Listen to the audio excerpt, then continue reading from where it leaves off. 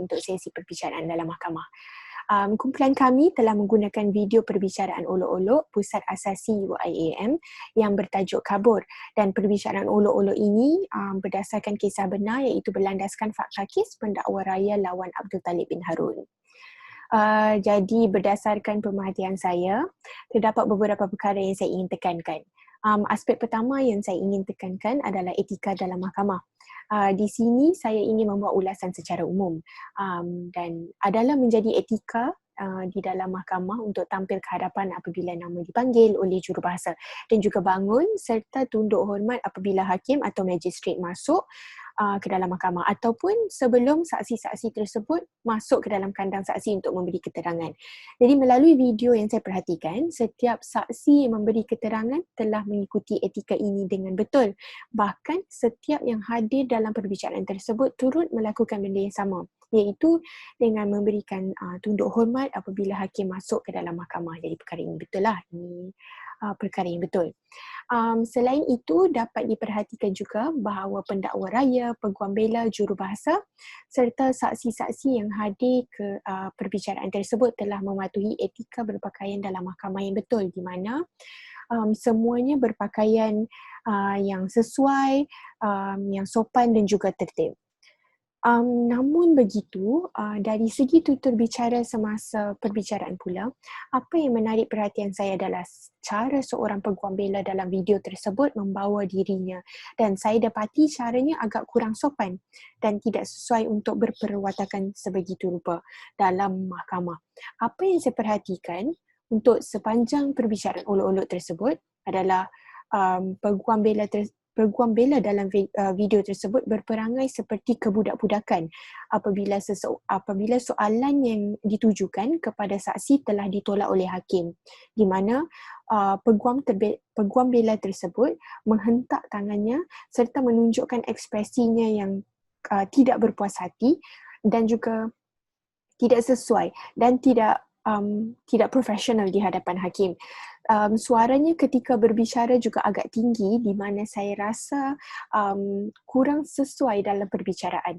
Bukan itu sahaja, bahkan saya turut perasan beberapa kali peguam bela tersebut meninggikan suaranya dengan intonasi yang tidak sesuai dan juga menghentikan percakapan saksi dengan agak kasar.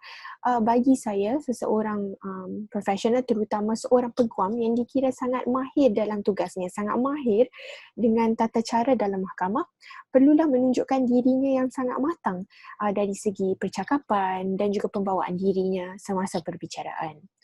Selain daripada peguam bela, beberapa saksi yang saya perhatikan turut menunjukkan kelakuan yang kurang sopan.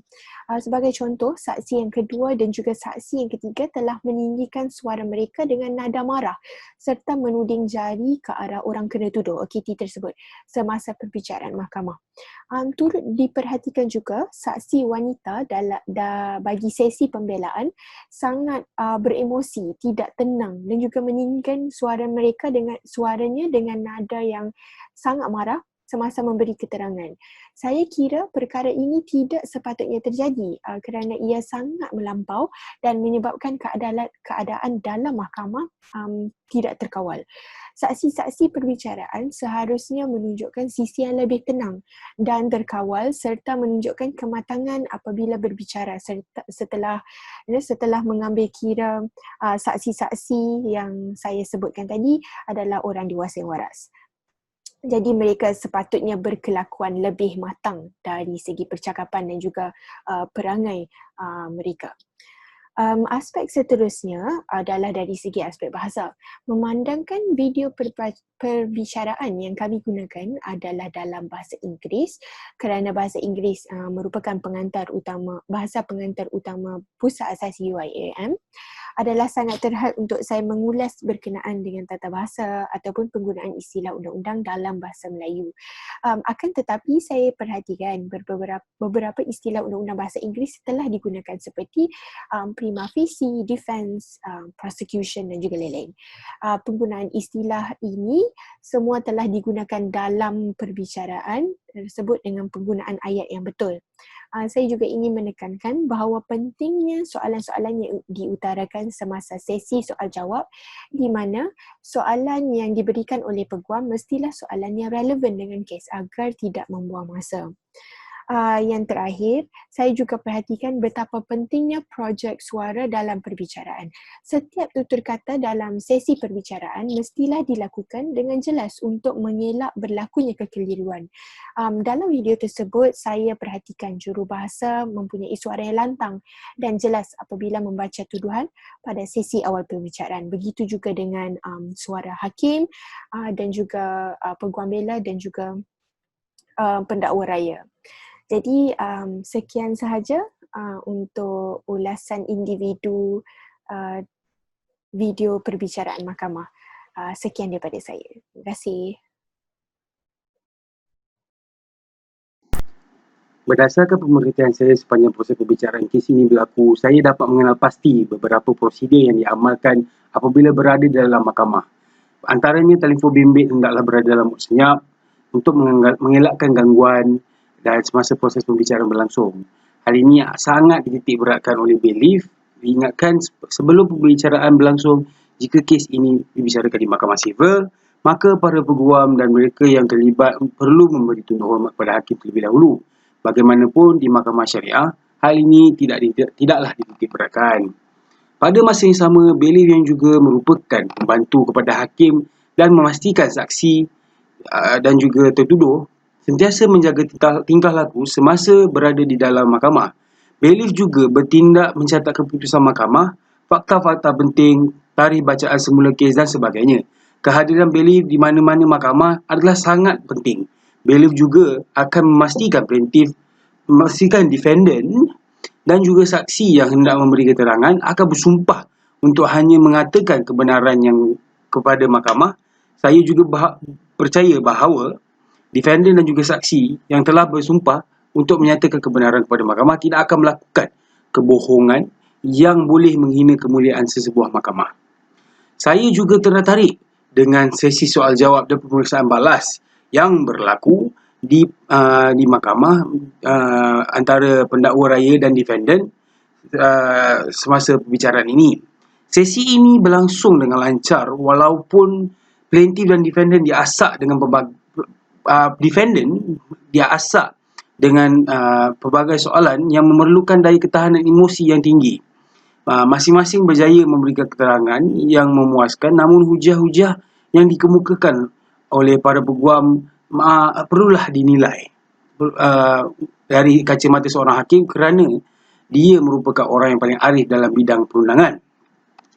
Tambahan lagi, saya berpendapat bahawa tugas seorang hakim adalah sangat berat kerana mereka perlu mempunyai ilmu yang sangat mencukupi dalam mengadili sebuah kes.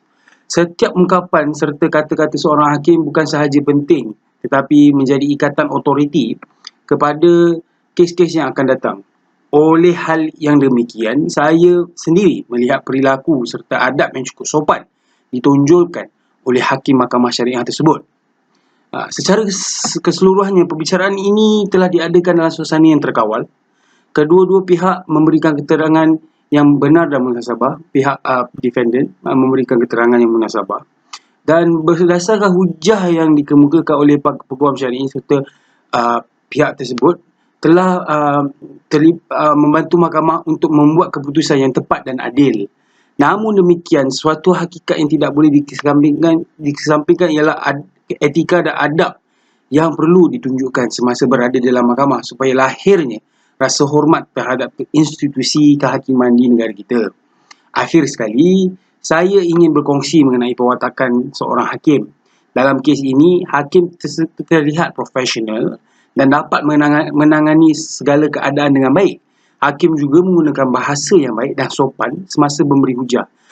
Seperti contoh, apabila beliau memberi penghakiman kes ini, beliau telah penghakiman terakhir beliau telah menggunakan salam dan menggunakan ungkapan Bismillahirrahmanirrahim, iaitu dengan nama Allah, Tuhan yang Maha Pengasih lagi Maha Penyayang. Maka kita boleh lihat mahkamah telah menunjukkan budaya dan etika semasa perbicaraan kes. Sekian daripada saya. Aspek pertama pertama yang saya akan komen mengenai perbicaraan olok-olok ini ialah daripada aspek bahasa. Dari segi aspek bahasa, bahasa utama perundangan di Malaysia ialah bahasa Melayu. Tetapi bahasa Inggeris juga boleh digunakan di dalam mahkamah jika semua parti perbicaraan bersetuju dengan penggunaan bahasa Inggeris. Dua-dua bahasa ini boleh digunakan asalkan semua parti dalam perbicaraan faham apa yang dibincangkan dalam mahkamah. Seterusnya saya akan mengomen mengenai prosedur jenayah di Malaysia dan perbicaraan olok-olok tersebut. Setiap perbicaraan jenayah perlu dimulakan dengan bacaan pertuduhan oleh jurubahasa kepada orang kena tuduh atau OKT. Tuduhan yang dibaca oleh jurubahasa mestilah sama dengan tuduhan yang dinyatakan di dalam akta itu sendiri. Sekiranya boleh, lebih baik jika tuduhan dibaca itu mengikut perkataan asal dalam akta tanpa apa-apa perubahan. Prosedur ini amat penting untuk mengelakkan komplikasi seperti menuduh OKT dengan tuduhan yang salah atau tuduhan yang tidak ada dalam undang-undang. Ramai hakim di Malaysia seperti Hakim Thompson J telah menyuruh para pendakwa untuk mengarang tuduhan tersebut dengan ayat asal yang ada di dalam akta. Selain itu, bacaan tuduhan mengikut ayat asal yang ada di dalam akta juga dapat menghilangkan apa-apa keraguan. Mahkamah juga harus menyanyi OKT jika dia memahami tuduhan yang dibuat terhadapnya. Dalam perbicaraan olok-olok ini, pembacaan ketiga-tiga pertuduhan dilakukan dengan betul, iaitu mengikut ayat sebenar dalam enactment kesalahan jenayah syariah dan juga tertuduh juga memahami tuduhan yang dibuat terhadapnya. Seterusnya saya akan mengomen mengenai saksi dan pembicaraan. Dalam pembicaraan ini mereka telah mengikut proses pembicaraan yang tepat, iaitu semua saksi telah menyatakan nama penuh dan nombor kad pengenalan mereka dan juga mereka bersumpah di hadapan mahkamah yang mereka hanya mengatakan perkara yang benar sahaja di mahkamah. Ini penting untuk memastikan saksi tidak bohong dan sabotaj perbicaraan. Jika saksi bersumpah tetapi masih berbohong, maka dia akan dihukum kerana menghina mahkamah. Semua saksi dalam perbicaraan olok-olok ini telah mengangkat sumpah tersebut mengikut prosedur mahkamah yang sebenar. Seterusnya saya ingin mengulas mengenai kes pendakwaan dan juga kes peguam bela. Prosedur menyoal saksi juga dilakukan secara betul dalam pembicaraan olok-olok ini. Pembicaraan bermula dengan kes pendakwaan bersama dengan saksi-saksi pendakwaan dan peguam bela juga diberi peluang untuk menyoal saksi pendakwaan juga. Hanya apabila hakim mendapati bahawa pihak pendakwa telah mengemukakan kes prima facie, barulah pihak pembela harus membawa kes mereka. Prima facie adalah istilah undang-undang yang menunjukkan bahawa pada pemeriksaan yang pertama, iaitu pemeriksaan oleh pendakwa, satu bahan nampak menandakan buktinya tersendiri daripada fakta-fakta. Kebanyakan prosiding atau tindakan undang-undang memerlukan satu kes prima facie untuk wujud, yang mana saranannya berikut akan bermula untuk menguji bukti berkenaan, iaitu dari peguam bela dan mencipta satu keputusan. Pasukan pembela juga berpeluang untuk membawa saksi mereka dan pihak pendakwa juga diizinkan untuk menyoal mereka. Soalan yang dikemukakan oleh kedua-dua peguam haruslah berkaitan dengan perbicaraan kes tersebut dan tidak boleh mengundang keraguan lain masuk yang boleh mengsabotaj pembicaraan tersebut. Seterusnya, penyampaian akhir pendakwa dan peguam bela juga dibuat secara betul dalam pembicaraan olok-olok ini. Mereka meringkaskan pembicaraan yang memihak kepada mereka dan juga membuktikan kepada mahkamah jika tertuduh bersalah atau tidak.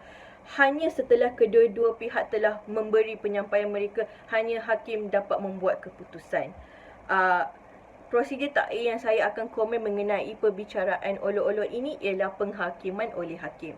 Hakim dalam pembicaraan olok-olok ini hanya menyatakan OKT tersebut bersalah dan menjatuhkan hukuman yang ditetapkan dalam undang-undang, tetapi beliau tidak memberikan alasan apa-apa pun. Ini tidak tepat kerana dalam mahkamah sebenar, hakim perlu menerangkan mengapa beliau mencapai keputusan tersebut berdasarkan fakta dan bukti yang dikemukakan oleh kedua-dua pihak dalam kes ini. Hakim perlulah memberi alasannya kenapa keputusan tersebut dicapai olehnya. Ini amat penting dalam prosedur mahkamah. Terima kasih.